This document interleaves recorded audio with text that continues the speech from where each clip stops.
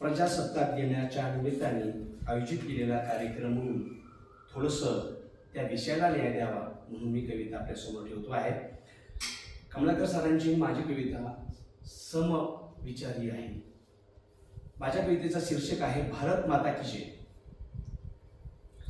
तिरंगा झेंड्याला सलामी करताना लेकरांची घरवाली छाती फुगायची. तिरंगा झेंड्याला सलामी करताना लेकरांची घरवाली छाती फुगायची. भाकरी विना पोट पाठीला गेली तरीही पोरं भारत माता की जय म्हणायची. पोरं भारत माता की जय म्हणायची. फाटकीच का होईना आई कपडे धुवून ठेवायची. फाटकीच का होईना आई कपडे धुवून ठेवायची.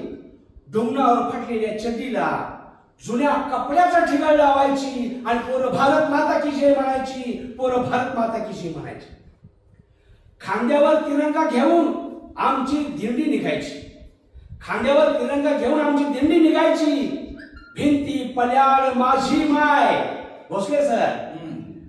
खांद्यावर तिरंगा घेऊन आमची दिंडी निघायची. भिंती पल्याळ माझी माय.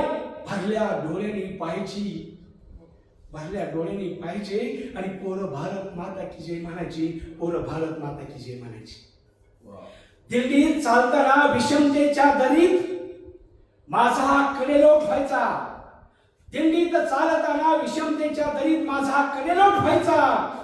तरीही मागचा मला ढकलत ढकलत पुढे चल म्हणायचा आणि म्हणता म्हणता भारत माता की जय, भारत माता की जय म्हणायचं. एका मागून एक आवाज गल्ली बोळा घुमायचे. एका मागून एक आवाज गल्ली बोळा घुमायचे. भारत माता की जय, भारत माता की जय, भारत माता की जय.